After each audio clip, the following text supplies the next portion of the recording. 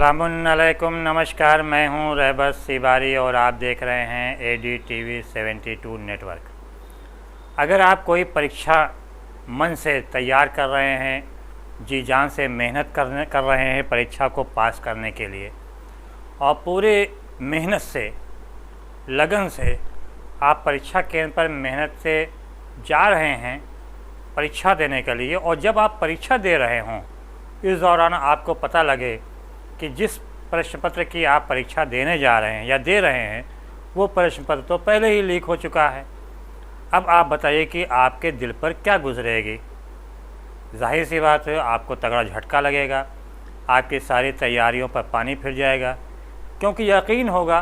कि ये जिस पेपर की परीक्षा आपने कड़ी मेहनत करके दिया है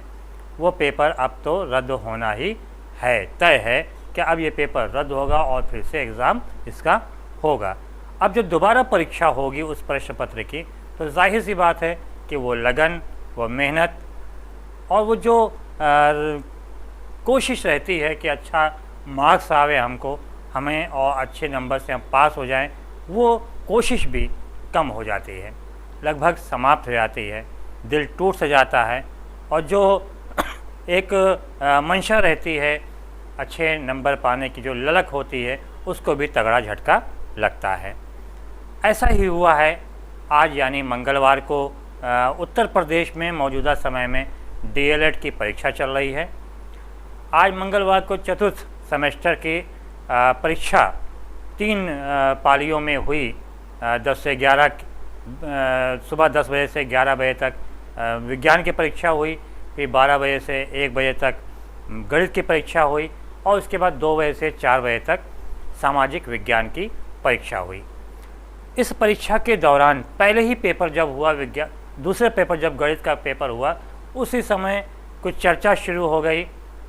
खुसफुसाहट शुरू हो गई कि गणित का पेपर जो है वो परीक्षा देने से पहले ही वो लीक हो गया, लेकिन उसका कंफर्म नहीं हो रहा था कि आखिर ऐसा हुआ है। लेकिन जब सामाजिक विज्ञान की परीक्षा शुरू हुई, 2 बजे परीक्षा शुरू होनी थी, 1:41 पर ही वो प्रश्न पत्र परीक्षा केंद्र के बाहर अभिभावकों के व्हाट्सएप के ऊपर आ गया। और बल्कि जो चर्चा है, जो सुनने में आया है, लोगों ने बताया भी है, पत्रदर्शियों ने बताया कि व्हाट्सएप के ऊपर जब पेपर वो हल हुआ, पेपर पूरा आ गया, तो कुछ लोगों ने उसको बेचना भी शुरू कर दिया। किसी ने कहा 1500 में ले लो, किसी ने कहा 2000 में ले लो। जब ये समाचार पेपर लीक होने की जब खबर परीक्षा केंद्र पर पहुंची और वहां बच्चों को जानकारी हुई, तो उनके अंदर खलबली सी मच गई, उनके अंदर चिंता फैल गई कि अब क्या होगा। बहरहाल जब इसकी जानकारी जो अभिभावक थे उन्होंने संबंधित परीक्षा के जिस परीक्षा केंद्र के सामने व्हाट्सएप के ऊपर हल किया हुआ प्रश्न पत्र सामने सामाजिक विज्ञान का आया था, उन्होंने वहाँ पे बाहर खड़े अभिभावकों ने इसकी जानकारी परीक्षा केंद्र संचालकों को दिया, परीक्षा केंद्र के जो नियंत्रक थे उनको दिया, और साथ ही साथ उच्चाधिकारियों को भी इसकी जानकारी दिया कि इस प्रकार का प्रश्न पत्र सामने आया है, क्या ये सही है या गलत है। जानकारी जब जिलाधिकारी तक पहुंची तो उन्होंने पूरे मामले को संज्ञान में लिया, गंभीरता से लिया, और उन्होंने इसके निर्देश दिया डाइट प्राचार्य को कि आप तत्काल पूरे मामले की जांच कीजिए और जांच कर इसकी रिपोर्ट प्रस्तुत कीजिए। डाइट प्राचार्य तत्काल संबंधित परीक्षा केंद्र पर पहुँचे, और SDM सदर, हम ये नहीं बता रहे हैं कि पेपर कहाँ से लीक हुआ, क्योंकि ये अभी बताना सही उचित नहीं है, क्योंकि किसी वो पेपर लीक उसी जनपद से हुआ या किसी दूसरे जनपद से लीक होकर उस जनपद के लोगों तक ये पहुँचा है। इसलिए अभी ये जांच का विषय है,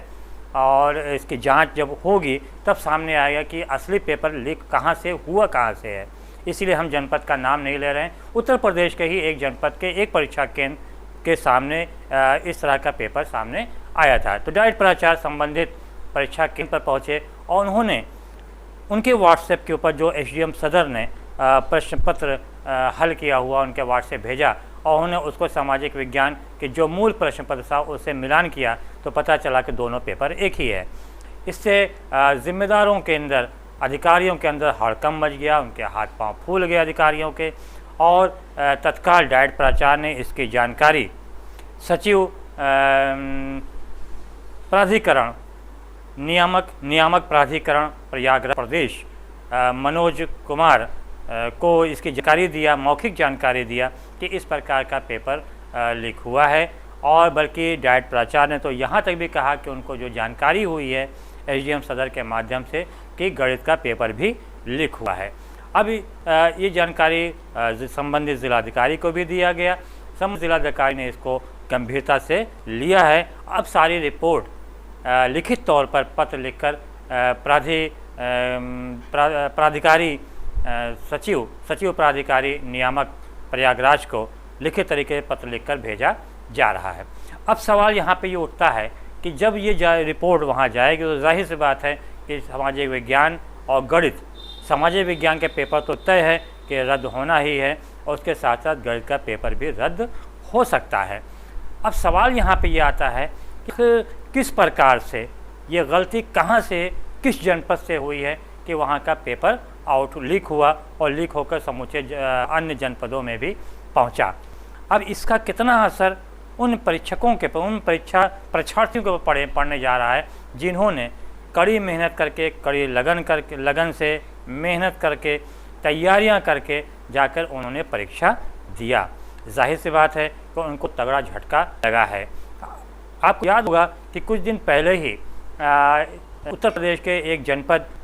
खासतौर से नाम ले सकते हैं क्योंकि उस पर कार्रवाई भी हुई, अम्बेडकर नगर में के एक विद्यालय में जो परीक्षा हो रही, शायद टीजीटी और पीजीटी की जो परीक्षा हो रही थी, वहाँ भी लीक होने का मामला सामने आया था और उसे लेकर छात्र जो परीक्षार्थी उन्होंने जमकर हंगामा किया था।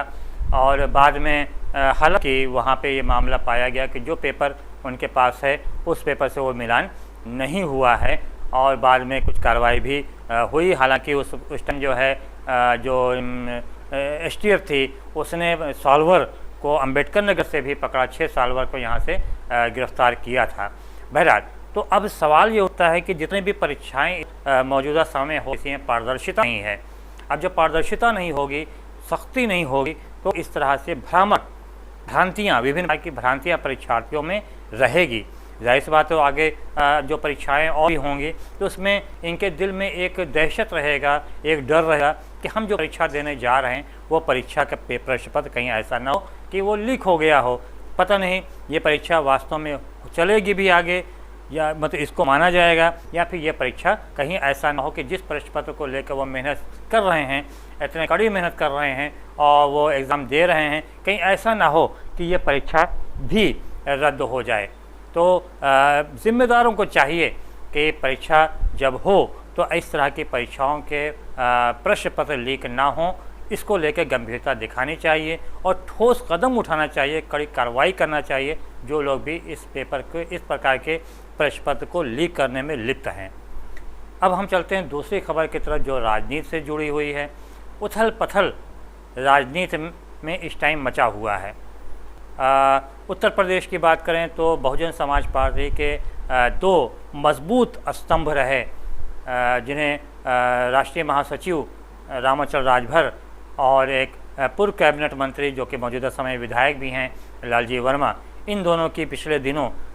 सपा प्रमुख अखिलेश यादव से मुलाकात हुई और उम्मीद जताई जा रही है कि अखिलेश यादव आगामी 10 अक्टूबर को अम्बेडकर नगर जनपद का दौरा करने जा रहे हैं, महारैली करने आ रहे हैं। इस रैली में ये दोनों बड़े कद्दावर नेता, जिनके पूर्वांचल में एक अच्छी पकड़ है, ये दोनों पूर्वांचल के अच्छे बड़े नेताओं में से एक माने जाते हैं ये दोनों नेता, ये दोनों समाजवादी पार्टी की सदस्यता ग्रहण कर सकते हैं। अगर उन्होंने ग्रहण कर लिया तो पूर्वांचल से बहुजन समाज पार्टी को बहुत तगड़ा झटका लगने जा रहा है और समाजवादी पार्टी एक बार फिर से मजबूत होकर सामने आएगी। दूसरी तरफ पंजाब के जो मुख्यमंत्री जो हटाए गए कैप्टन अमरिंदर सिंह, वो दिल्ली पहुंच रहे हैं और आशंका जताई जा रही है, अनुमान लगाया जा रहा है, जो सूत्रों से जानकारी मिली है वो ये कि वो प्रधानमंत्री नरेंद्र मोदी और गृह मंत्री अमित शाह और भारतीय जनता पार्टी के राष्ट्रीय अध्यक्ष जेपी नड्डा जी से मुलाकात करेंगे और शायद वो भाजपा की सदस्यता ग्रहण करेंगे। अगर वो ग्रहण करते हैं तो उनको केंद्र सरकार में एक बड़ी जिम्मेदारी भी उनको सौंपी जाएगी। अगर ऐसा होता है तो पंजाब में कांग्रेस को बड़ा झटका लगने जा रहा है, क्योंकि कैप्टन अमरिंदर सिंह राष्ट्रवाद के प्रमुख माने जाते हैं और उनको माना जाता है कि और इससे पहले भी उन्होंने आरोप लगाया था उन्होंने नवजीत सिंह सिद्धू पर कि उनका पाकिस्तान से संपर्क है, पाकिस्तान से उनका काफ़ी प्रेम है और उनकी पूरी नज़र ये रहेगी कि वो नवजीत सिंह सिद्धू को हराएं। उनका यही एक मेन उद्देश्य रहेगा। तो अब ऐसे में अगर कैप्टन अमरिंदर सिंह भारतीय जनता पार्टी में शामिल होते हैं तो कांग्रेस को पंजाब में, जो कि आगामी 4 महीने बाद वहाँ पे चुनाव होना है, और हो सकता है कि उत्तर प्रदेश के साथ ही चुनाव होने जा रहा है, तो ऐसे में कांग्रेस को एक बड़ी चुनौती उसके सामने खड़ी हो सकती है। हालांकि सारी चुनौतियों को दरकिनार करते हुए जब दलित मुख्यमंत्री को कांग्रेस ने बनाया था अभी बीते दिनों ही कैप्टन अमरिंदर सिंह को हटाकर, तो एक बड़ा पाला उन्होंने जीत लिया था कांग्रेस ने कि एक दलित, पहली बार दलित को वहाँ मुख्यमंत्री बनाया गया। लेकिन अगर कैप्टन अमरिंदर सिंह भारतीय जनता पार्टी में शामिल होते हैं तो कांग्रेस को एक बड़ी चुनौती का सामना करना पड़ेगा। हालांकि पंजाब में अभी भारतीय जनता पार्टी का बहुत बड़ा जगह वहाँ पे अभी नहीं है, क्योंकि वहाँ पे किसान आंदोलन चल ही रहा है। तो दोस्तों बहरहाल आने वाला समय बताएगा कि ऊँट किस करवट बैठता है। ये तो 4 महीने बाद जब विधानसभा चुनाव होंगे उसी समय इस तरह की जानकारियाँ हो सकेंगे। दोस्तों अगर आपको हमारा ये वीडियो पसंद आया हो तो लाइक कीजिएगा, कमेंट कीजिएगा, शेयर कीजिएगा, और जो लोग हमारे चैनल पर नए आए हैं वो लोग सब्सक्राइब ज़रूर कीजिएगा। शुक्रिया, धन्यवाद, जय हिंद, जय भारत।